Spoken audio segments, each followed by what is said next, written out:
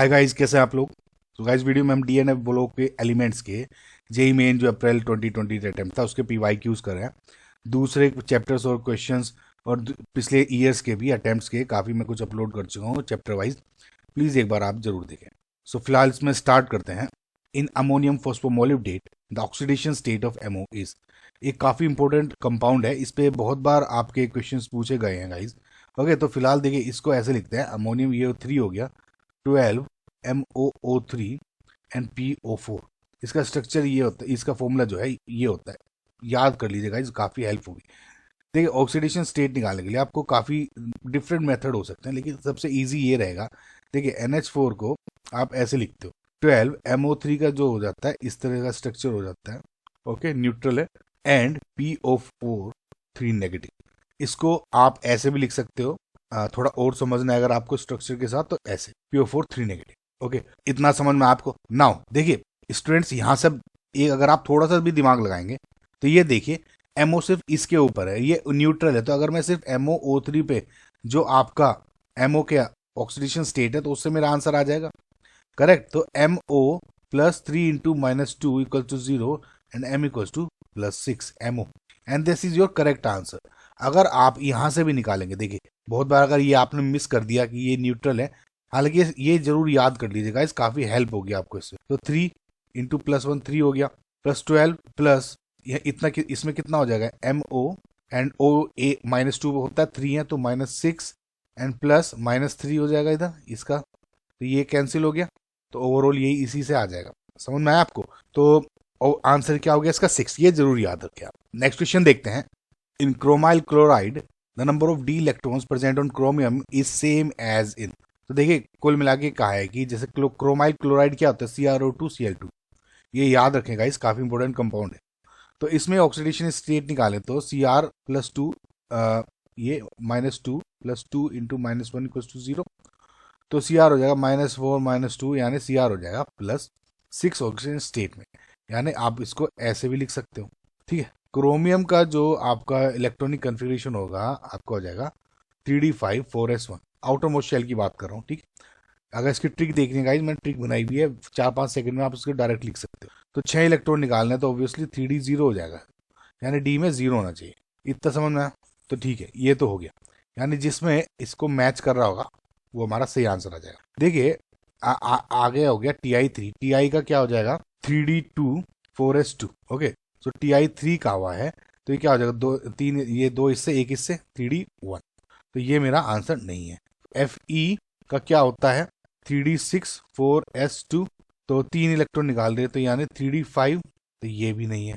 Vanadium, इसमें क्या हो जाएगा 23, यानी 3d3 4s2। आउटरमोस्ट शेल की बात कर रहा हूँ अगेन, 4 हो गया तो 3d1। तो ये भी आपका आंसर नहीं है। तो ऑब्वियसली लास्ट बता, तो मोस्ट प्रोबेबली यही आपका आंसर होना चाहिए। तो मैग्नीज Mn का क्या हो जाता है, 3d5 4s2 +7 का है। देखिए, मैक्सिमम ऑक्सीडेशन स्टेट मैग्नीज की, तो इसमें क्या हो जाएगा 3d0। तो ये मैच कर रहा है इसमें, तो this is your correct answer. बस यही था गाइस। नेक्स्ट क्वेश्चन देखते हैं। Which halogen is known to cause the reaction given below. Okay, halogen पूछा हुआ है, कौन सी देगा। देखिए, Cu2+ के साथ जब आप कोई X नेगेटिव की रिएक्शन हो रही है, देखिए हेलोजन है ना, हेलाइड है, तो Cu2X2 और X2 और है। अब एक चीज गौर से देखिएगा, इस जब आप रिएक्शन करते हो, देखिए मेरे 2 तरह के कॉपर के हेलाइड्स एग्जिस्ट करते हैं, Cux एंड Cux2। ओके, तो ये Cux में कॉपर आपका +1 ऑक्सीडेशन स्टेट में है, और इसमें आपका +2 ऑक्सीडेशन स्टेट में है। समझ में आया? एक बात ध्यान रखिए कि जब आपकी Cux2 है, यानी जो आप +2 ऑक्सीडेशन स्टेट में है, तो जनरली आपका फ्लोरीन क्लोरीन ब्रोमीन ये जनरली स्टेबल कंपाउंड बनाते हैं। बेसिकली Cux है, तो इसमें आप ये कह सकते हैं chlorine bromine iodine generally stable complex बनाते हैं, यानी जैसे CuCl Cui इस तरह से। ठीक है, इसमें आपका CuCl2 CuBr2 ये ज्यादा स्टेबल रहते हैं। अब दिक्कत क्या आ जाती है आयोडीन के साथ, दिक्कत ये हो जाती है कि जब भी Cu2+ के साथ आप I नेगेटिव की रिएक्शन कराएंगे, जैसे इसमें है ना, तो क्या होता है कि जो कायदे से आपका CuI2 बनना चाहिए था, CuI2 बनना चाहिए था, लेकिन क्या होता है ये डिकम्पोज हो जाता है, समझ रहे हो आप, ये डिकम्पोज हो जाता है, स्टेबल नहीं होता। एक्चुअल में रिएक्शन क्या हो जाती है फिर कि जब I नेगेटिव होता है, इंस्टीड ऑफ फॉर्मिंग CuI2, ये डिकम्पोज होके क्या बन जाता है, आयोडीन गैस भी रिलीज कर देता है। ठीक है, यानी CuI2 बनने के बजाय Cu2I2 बन जाता है and plus I2 gas release कर देता है। समझ में आया? अब एक बात अगर आप गौर से देखो इसमें, ये वाला तो कंसेप्ट आप याद रख लो, ठीक है। इसमें एक क्वेश्चन और पूछा जा सकता है कि जब Cu2 प्लस हैलाइड के साथ रिएक्शन करता है तो इसमें क्या मतलब बेसिकली रिएक्शन में ये पूछा जा सकता है कि किसका ऑक्सीडेशन होगा किसका होगा। तो ये सिंपल आपको दिख रहा है कि Cu2 प्लस इसमें I नेगेटिव को हैलाइड को क्या कर देता है, ऑक्सीडाइज कर देता है, यहाँ पे -1 से 0। ओके, तो इस बात का जरूर ध्यान रखें एंड दैट इज वाई जो ये रिएक्शन पॉसिबल हुई Cu2 प्लस के साथ X नेगेटिव में Cu2X2 बन रहा है, Cux2 नहीं बन रहा है। ठीक है, तो इसमें क्या होगा, ओनली आयोडीन ही आपकी ये रिएक्शन देगा। आई होप गाइज आपको समझ में आएगा, ये कंसेप्ट समझ में आएगा, ये भी याद रख लो। नेक्स्ट क्वेश्चन देखते हैं। Given below are two statements. देखिए स्टेटमेंट 1 है कि aqueous solution of K2Cr27 is preferred as a primary standard in volumetric analysis over Na2Cr27 in aqueous solution। देखिए this is a true statement, और true statement इसलिए है, देखिए for multiple reasons. पहली बात तो इसमें ये नहीं कहा है कि आप इसको यूज नहीं कर सकते Na2Cr2, you can use both, but अगर आपके पास दोनों है तो K2Cr27 ज्यादा प्रेफर किया जाता है। तो अब देखिए क्या होता है कि जो K2Cr2O7 है इज मोर स्टेबल, ज्यादा स्टेबल है than Na2Cr27 and less hygroscopic. Hygroscopic का क्या मतलब होता है कि ये कम एब्जॉर्ब करता है मॉइस्चर को from air. Less hygroscopic, less hygroscopic मतलब इसकी एबिलिटी टू एब्जॉर्ब मॉइस्चर कम है। नाउ ये जो लेस हाइग्रोस्कोपिक की इंपॉर्टेंस है वो इसलिए है, जब भी आपकी कोई रिएक्शन हो रही है स्टैंडर्डाइज, आप जब वॉल्यूमेट्रिक एनालिसिस करते हो तो वी नो कि जो हमारा अमाउंट है हर एक कंपाउंड्स का एक इक्वल एक प्रॉपर अमाउंट में होता है, उसका हमें मॉलिक्यूलर वेट पता होता है, उसका गिवन वेट पता होता है। नाउ अगर वो मॉइस्चर अटेन कर ले फ्रॉम एयर फॉर एग्जाम्पल, तो उसका वेट इंक्रीज हो जाता है और जो हमारी कैलकुलेशंस होंगी वो एग्जैक्ट, वो सही नहीं हो। ओके, पहला रीजन ये हुआ। दूसरा रीजन ये होता है कि जो K2Cr27 Na2Cr27 देख रहे हो, तो इसमें जो K और Na है सेम ग्रुप में, लेकिन जो K है इसका मॉलिक्यूलर मास ज्यादा है। अब मॉलिक्यूलर मास ज्यादा होने से क्या हो जाता है, अगर हमें स्टैंडर्ड जो सॉल्यूशन बनाना है किसी एक पर्टिकुलर कंसंट्रेशन का, तो इसका जो अमाउंट है वो भी कम लिया जाता है। समझ में आपको, क्या लिया जाता है, कम लिया जाता है। तीसरा एक रीजन और हो जाता है इसका कि जो K2Cr27 है वो आप ये समझो कि वो लेस सोल्यूबल भी है। क्या है वो, लेस सोल्यूबल भी है in water when we compare it with NuCr2O7। अब लेस सोल्यूबल से क्या हो जाता है कि जब अगेन आप क्रिस्टलाइजेशन कर रहे हो तो क्रिस्टलाइजेशन K2Cr27 के यूज से इजी हो जाता है, इजियर होता है देन Na2Cr27। समझ में? तो पहला रीजन क्या हुआ कि this is more stable, less hygroscopy, इसका मोलर मास भी ज्यादा है, and again this is less soluble in water. अगर आप अब इसको देखें तो इससे क्या हो गया, पहला स्टेटमेंट इज करेक्ट। अब इसका स्टेटमेंट 2 है K2Cr27 has higher solubility in water then, again अभी अभी मैं पढ़ा है लेस सोल्यूबिलिटी है, तो this is a incorrect statement. So इसमें आपका करेक्ट आंसर क्या हो गया, आंसर नंबर 3, यानी स्टेटमेंट 1 इज ट्रू। अब ये देखिए स्टेटमेंट बोथ हटा दिए, statement 1 is true but statement 2 is false. I hope guys आपको क्वेश्चन समझ में आया होगा। नेक्स्ट क्वेश्चन देखते हैं। Prolonged heating is avoided during the preparation of ferrous ammonium sulphate.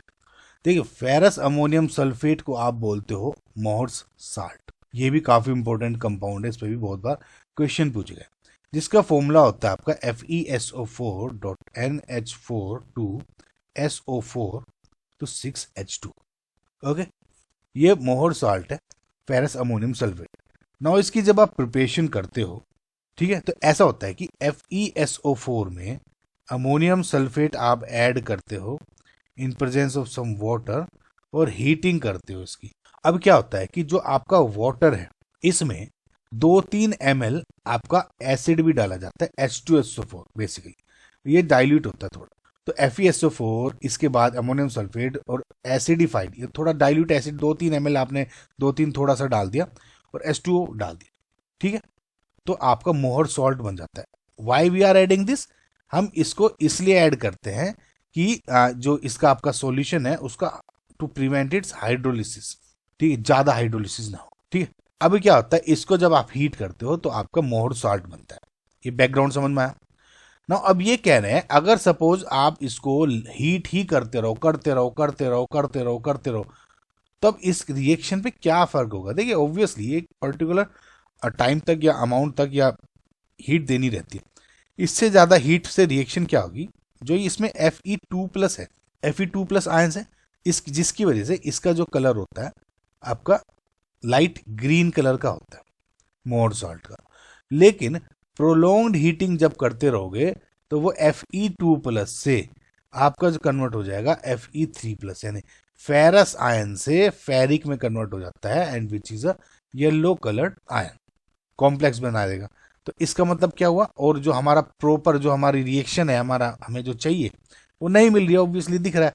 तो मतलब क्या हो रहा है, अब Fe2+ से Fe3+ में कन्वर्ट हो जाता है, यानी अगर आप इसको क्या देखोगे तो ऑक्सीडेशन हो जाता है फेरस का फेरिक में after prolonged heating. Okay, so prolonged heat is avoided during the preparation of ferrous ammonium sulphate to prevent oxidation. और ये था कंसेप्ट इसमें। ओके, नेक्स्ट क्वेश्चन देखते हैं, which of the following statements are correct. अब देखिए पहला है द M3M2+ रिडक्शन पोटेंशियल। देखिए इन्होंने क्या कहा है, M3+M2+ रिडक्शन, यानी एक इलेक्ट्रॉन अगर ये गेन कर ले तो M2+ में हो जाएगा, रिडक्शन हो जाएगा। For iron is greater than manganese. Okay, तो ये बोला गया। अब देखिए इसको थोड़ा आप समझें क्वेश्चन को क्या कहा गया। अगर मैं Mn3+ का रिडक्शन पोटेंशियल देखता हूँ, वैल्यूज देखिए तो ये आती है 1.57 वोल्ट्स, और अगर आप Fe2+ का रिडक्शन पोटेंशियल देखते हो ये 0.77 वोल्ट्स आता है। अच्छा एक बात और देखिए, ये बेसिकली क्या है, आप जब इलेक्ट्रोकेमिकल सीरीज में देखते हैं तो फॉर एग्जांपल आपका ये हाइड्रोजन है तो इसका सपोज 0 है, तो जैसे आप ऊपर जाते हो पॉजिटिव होता रहता है। फॉर एग्जांपल यहाँ 0.77 आ गया, 1.57 भी आ गया इनके। तो जैसे जैसे आप ऊपर जाते हो रिडक्शन ईजी होने लग जाता है, रिडक्शन जो होना है वो ईजियर होता रहता है।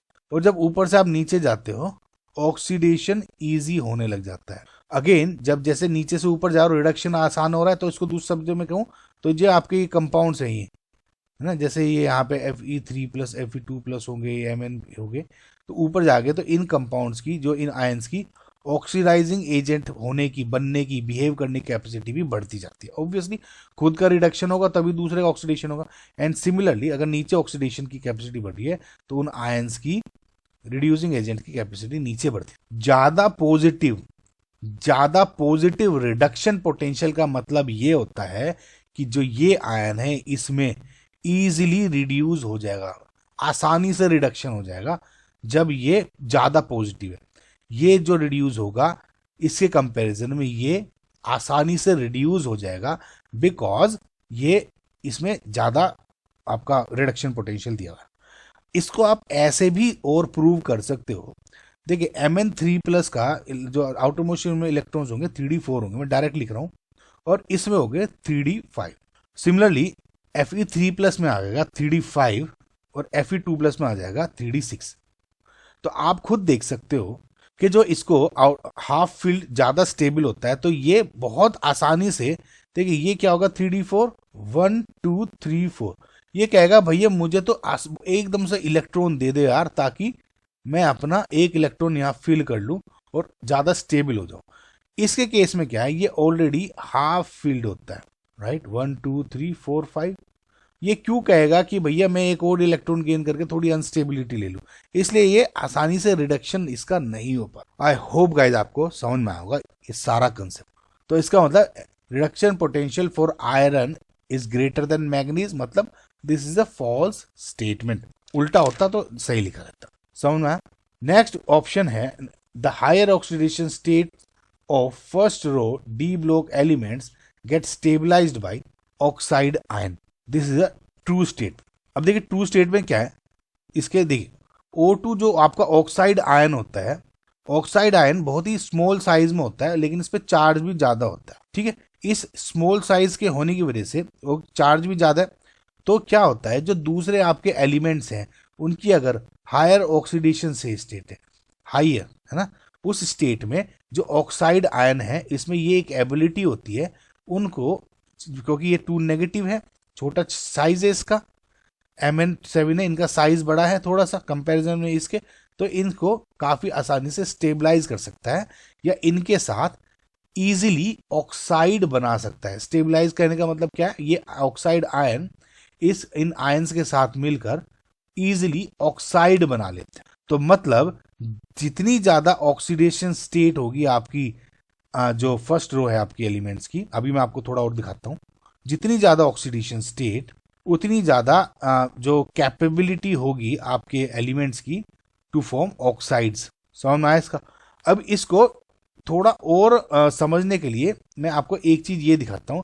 देखिए ये जो फर्स्ट रो जो बेसिकली बोला गया है उसका क्या मतलब है, तो देखिए इसको देखिए, ये आपके 21 से 30 तक के हो गए और प्लस फर्स्ट रो इसकी, देखिए इन सब की ऑक्सीडेशन स्टेट्स लिखी हुई, ये क्या क्या शो कर सकते हैं। तो ये जो आपकी रो है ये बेसिकली इसकी इस पर्टिकुलर जो ऑक्सीडेशन स्टेट्स की हम बात कर रहे हैं, ये जब होंगे जैसे Sc3+ हो जाए, Ti4+ हो जाए, वेनेडियम +5 में हो जाए, क्रोमियम +6 में हो जाए, या मैग्नीज +7 में हो जाए, तो ये आपके जो बेसिकली कंपाउंड है ये आपके बहुत जल्दी आपके कर देगा, वो क्या करेगा, स्टेबल ऑक्साइड आयंस कर बना, स्टेबल ऑक्साइड्स बना देगा। Okay, so B is your correct statement. फिर है aqueous solution of Cr2+ can liberate hydrogen from dilute acid. देखिए सिंपल फंडा है इसका, इसका मतलब क्या कह रहा है ये कि जब मैं आपकी रिएक्शन करा रहा हूं, आपका जो Cr2+ हो रहा है CH+ के साथ हो रहा है, ठीक है, तो ये क्या करता है, खुद तो हो जाएगा इसका ऑक्सीडेशन, और लिबरेट हाइड्रोजन मतलब H आयन को ऑक्सीडाइज करके H2 में हो जाएगा। समझना? तो इसमें +1 है, ये 0 होगी ऑक्सीडेशन। तो कुल मिला के ये कह रहा है कि ये तो जो एक्वस सॉल्यूशन है Cr2+ का can liberate hydrogen from dilute acid. तो इसका भी अगेन गाइस वही कंसेप्ट है रिडक्शन पोटेंशियल का। तो जैसे मैंने आपको बताया कि जैसे H+ से H2 पे आना है आप, ठीक है, तो इलेक्ट्रोकेमिकल सीरीज में इसका जो होगा Cr3+ टू Cr2+ में आने का, सो इसका है 0.41 वोल्ट। ठीक है, तो जैसा मैंने आपको बताया था, जैसे ये 0 है ऊपर जाते हो आप इलेक्ट्रोकेमिकल सीरीज में, रिडक्शन इजी होने लग जाता है। मतलब जैसे ये एलिमेंट्स है ऑर्डर में ये, तो ये नीचे वाला ऊपर वाले को इजीली रिड्यूस कर देता है, ये नीचे वाला ऊपर वाले को इसको भी और इसको भी रिड्यूस कर देगा। समझ में आया? सिमिलरली ये वाला नीचे वाले को ऑक्सीडाइज कर देगा। समझ रहा है? नीचे वाला ऊपर को रिड्यूस, ऊपर वाला नीचे को ऑक्सीडाइज। तो हैंस अगर आप इसको देखोगे तो ये है 0.41, तो ये हाइड्रोजन को इजीली रिड्यूस कर देगा, and that is why this is your correct statement also. Okay, again magnetic movement of V2+ is observe between ये। देखिए V2+ का मैं आउटरमोस्ट शेल में डायरेक्ट लिख लेता हूँ, 3d3 होता है। नाउ मैग्नेटिक मूवमेंट आपका बेस्ड ऑन सपोज कोई जो लीगेंड जुड़ रहा है इससे, वो स्ट्रॉन्ग फील्ड लीगेंड है या वीक फील्ड लीगेंड है, उसके अकॉर्डिंग हो जाएगा। ठीक है, अब देखिए 3D ये है, अगेन वीक फील्ड लीगेंड में भी इलेक्ट्रॉन्स डालेंगे, स्ट्रॉन्ग फील्ड लीगेंड में आपने कोऑर्डिनेशन में पढ़ा होगा पेयरिंग हैपन हो जाती है, तो 1 2 3 ऐसे लिख लेते हैं, एक अनपेयर्ड इलेक्ट्रॉन है। वीक फील्ड में 1 2 3 तीनों के तीनों, इसमें 1 अनपेयर्ड, उसमें 3 अनपेयर्ड इलेक्ट्रॉन्स। मैग्नेटिक मूवमेंट या म्यू आपका निकलता है √(n × n+2) का, है ना। अब ये n क्या है, नंबर ऑफ अनपेयर्ड इलेक्ट्रॉन। तो जब आप इसका निकालते हो तो 1 × 1+2 यानी √3 यानी 1.73, इधर निकालते हो तो 3 × 3+2 यानी √15 यानी 3.87 समथिंग। तो देखोगे दिस इज ऑब्जर्वेटरी, ये नहीं, दिस इज रॉन्ग स्टेट। तो आपका जो करेक्ट आंसर क्या हो जाएगा, बी एंड सी यानी ऑप्शन नंबर 1। आई होप गाइज आपको ये जो क्वेश्चन है समझ में आया होगा। नेक्स्ट क्वेश्चन देखते हैं। when a solution of mixture having two inorganic salts was treated with freshly prepared ferrous sulfate in acidic medium, देखिए, a brown ring was formed, whereas treatment with neutral FeCl3 it gave deep red color which disappeared on boiling and a brown red PPT was formed. तो ये पहला देखिए कि पहले जब बना तो डार्क ब्राउन रिंग बन रहा था, ठीक है। देखिए डार्क ब्राउन रिंग बन रहा है, किस जो ये ब्राउन रिंग है ना, आपको नाम याद आ जाना चाहिए सीधा ही, जो आपका एक होता है ब्राउन रिंग टेस्ट, ठीक है। अब एक चीज देखिए, brown ring test basically test होता है नाइट्रेट आयन का। इसमें क्या होता है कि Fe2+ जो आयन्स हैं आपके, वे कितनी इजीली, या मतलब बेसिकली जो Fe2+ आयन्स हैं वो इनकी जो एबिलिटी होती है to reduce nitrates, okay, to nitric oxide, जो Fe2+ है वो नाइट्रेट को नाइट्रिक ऑक्साइड में कन्वर्ट कर देते हैं, एंड मीनवाइल ये आपका टेस्ट जो होता है प्रूव हो जाता है, ठीक है। तो ये होता है brown ring test for the presence of nitrate ion. इसमें क्या होता है कि फॉर एग्जांपल आप कोई भी सॉल्यूशन ले लो, जैसे इसमें फेरस सल्फेट दिया हुआ था, ठीक है, तो आपने एक डाइल्यूट फेरस सल्फेट ले लिया, इसमें आप डाल देते हो कोई भी एक्वस सॉल्यूशन जिसमें नाइट्रेट आयन प्रेजेंट होता है। अब क्या होता है, ये तो आपकी टेस्ट ट्यूब है, इसमें आपने ले लिया फेरस सल्फेट और एक्वस आयन का उसका सॉल्यूशन। अब क्या होता है, इसमें हम धीरे धीरे H2SO4 को डालते हैं, बहुत प्यार से, बहुत प्यार से। तो अब क्या होता है कि H2SO4 ये इकट्ठा होता रहता है और इस साइड यहाँ पे एक ब्राउन रिंग बननी शुरू हो जाती है, जो प्रूव करती है, देखिए H2SO4 ऊपर रह जाएगा, ये थोड़ा नीचे आ जाता है बाकी का सॉल्यूशन, यहाँ ब्राउन रिंग बन जाती है। तो ये ब्राउन रिंग जो बनती है वो प्रूव करती है कि सॉल्यूशन में नाइट्रेट आयन प्रेजेंट है। दूसरा है कि जो a dark brown ring was formed whereas on treatment with neutral FeCl3 it gave deep red color। अब देखिए FeCl3 के साथ जो डीप रेड कलर आता है, जब आप FeCl3 के साथ रिएक्शन करते हो, न्यूट्रल FeCl3 के साथ एसिटेट आयंस की, FeCl3 के साथ जो एसिटेट आयंस हैं they give deep red colour. अब एक बात और चीज ध्यान दीजिएगा, इस मैं आपको भी एक कंसेप्ट बताता हूँ, इसमें बहुत स्टूडेंट फिनोल को भी सोच लेते हैं, फिनोल इसमें आंसर क्यों नहीं है वो एक सेकंड में मैं भी बताता हूँ। देखिए जो एसिटेट आयन के साथ है FeCl3 के जो एसिटेट आयन्स है यानी CH3COO नेगेटिव, वे जब FeCl3 के साथ रिएक्शन करेंगे तो एक डार्क रेड कलर का कॉम्प्लेक्स बन जाता है, ठीक है। और जब इसमें आप हीटिंग कंटिन्यू करते हो तो ये डीप रेड कलर चेंज होके ब्राउन रेड कलर में कन्वर्ट हो जाता है। नाउ जो ये एसिटेट आयन है इसकी वजह से डीप रेड कलर बना और चेंज हो गया ब्राउन रेड कलर में, लेकिन अगर ये फिनोल होता तो it would not have been happen, ठीक है। तो इसका मतलब जो आपका करेक्ट आंसर है is option number 1, acetate ion से nitrate ion. I hope guys आपको जो बेसिक्स हैं वे समझ में आएंगे। नेक्स्ट क्वेश्चन देखते हैं, the pair of lanthanides in which both elements give have higher third ionisation energy is. लेकिन सबके पहले मैं जो आउटरमोस्ट शेल के हैं जो इलेक्ट्रॉन्स जो इलेक्ट्रॉनिक कन्फिगरेशन वो लिख लेता हूँ, ओके। सो ये हो गया। अब वी नो गाइज, जब भी आपके जो ऑर्बिटल्स हैं, फॉर एग्जांपल डी की बात करें तो अगर ये एम्प्टी है या हाफ फील्ड है या फुल फील्ड है, ये कंडीशंस 3 होती हैं, जो आपका जो शेल है या कन्फिगरेशन है वो स्टेबल कन्फिगरेशन होता है, यानी इस पोजीशन में ही आपका जो कंपाउंड है वो रहना चाहता है और ये इलेक्ट्रॉन लेना या देना नहीं चाहता, इसको एक्स्ट्रा एनर्जी देनी पड़ती है, राइट, या एक्स्ट्रा एनर्जी रिलीज हो जाती है टू सो बेसिकली रिमूव और गेन एन इलेक्ट्रॉन। इतना समझ में। नाउ इन्होंने बोला है the pair of lanthanide in which both elements have high third ionisation energy, ठीक है। अब देखिए यहां से देखते हैं हम, नीचे से देखिए EU, ये एक F7 इसमें हाफ फील्ड है, ये फुल फील्ड है, तो ये क्या है, दिस मोर स्टेबल कॉन्फ़िगरेशन है। सिमिलरली इसमें हाफ फील्ड था, ये फुल फील्ड हो गया, तो ये भी एक स्टेबल कॉन्फ़िगरेशन है। लेकिन अगर आप इसमें देखोगे, ये हालांकि फुल फील्ड है लेकिन ये हाफ है, समझ में। तो जब इसमें से बेसिकली 3 इलेक्ट्रॉन अगर निकालोगे 1 बाय 1, एक निकल गया, सपोज 2 निकल गए, और फिर एक ये तीसरा जब निकलने वाला होगा तो ये क्या हाई होगी? नहीं होगी। क्यों? ये कहेगा मैं जल्दी जल्दी से, जैसे ये हो गया सेकंड आयनाइजेशन एनर्जी नेगेटिव के बाद यहाँ एक इलेक्ट्रॉन है, वो क्या कहेगा, भाई मेरा तो एक इलेक्ट्रॉन वो जल्दी से निकाल ले, हटा ले जल्दी, मुझे तो स्टेबल कन्फिग्रेशन में जाना है? तो इसकी लो होगी। सिमिलरली जब इसमें भी आप देखते हो तो ये क्या कहेगा, भाई दो इलेक्ट्रॉन निकाले, सॉरी ये नहीं, ये क्या कहेगा कि दो इलेक्ट्रॉन निकाले, तीसरा इलेक्ट्रॉन है कि भाई जल्दी जल्दी निकाल ले, एक हाफ मिल रहा है मुझे तो ऑर्बिटल में, तो उसे रहना शुरू कर दूंगा, ये मेरा स्टेबिलिटी हो गई, समझे? तो ये भी थर्ड आयनाइजेशन इसमें लो हो जाती है।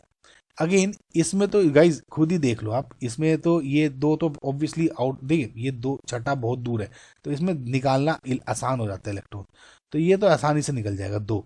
फिर एक यहाँ 10 है, ओके, तो इसमें इसमें ऐसा कुछ डिफरेंस नहीं है, ये मतलब कि बहुत ज़्यादा है या कम है, आसानी से निकल जाएगा, कोई दिक्कत की बात नहीं होगी। लेकिन अगर इनमें देखोगे तो इसमें जब दो इलेक्ट्रॉन्स निकल गए तो तीसरा इलेक्ट्रॉन निकालने में इसमें काफ़ी मशक्कत करनी पड़ी, क्योंकि ऑलरेडी दो इलेक्ट्रॉन के बाद ही स्टेबल हो रहा है, इसमें तीन के बाद स्टेबल हो रहा था, इसमें दो इलेक्ट्रॉन लेने के बाद ही स्टेबिलिटी मिल रही है। सिमिलरली इसमें भी जब दो इलेक्ट्रॉन निकाल देगा, हाफ फील्ड हो गया, तो तीसरा इसे निकालने में काफ़ी मशक्कत होगी, इसलिए मेरे वाई बी और ई यू की जो थर्ड आयनाइजेशन एनर्जी है वो बहुत ज़्यादा हाई है। तो Y B and E U जिसमें होंगे वो आंसर हो जाएगा। तो ये इसमें ई यू है, ये गलत हो गया, इसकी वजह से Y B N U, this is your correct answer, option number 2। इसमें ये सही है, ये गलत हो गया, इसमें तो दोनों ही ऐसी हैं, तो जो option number 2 is your correct answer. I hope guys आपको समझ में आया होगा। नेक्स्ट क्वेश्चन देखते हैं। In chromyl chloride the oxygen state of chromium is, देखिए सिंपल है, मैंने आपको बताया था कि जो क्रोमाइल क्लोराइड है CrO2Cl2 हो गया आपका ऐसे, CrO2Cl2, बस Cr के निकालने, Cr क्या हो जाएगा +2, ऑक्सीजन -2 में है, +2 जो Cl है, देखिए क्या है CrO2Cl2, Cl क्या है -1 में 0 हो जाएगा, Cr -4 -2 0, Cr equals to +6 and this is your correct answer. I hope guys आपको ये जो क्वेश्चंस हैं सारे के सारे समझ में आए होंगे। और भी गाइज अगर आपको पसंद आई है तो प्लीज़ जो वीडियो को लाइक करें, शेयर करें और सब्सक्राइब करें channel, it helps us a lot this channel.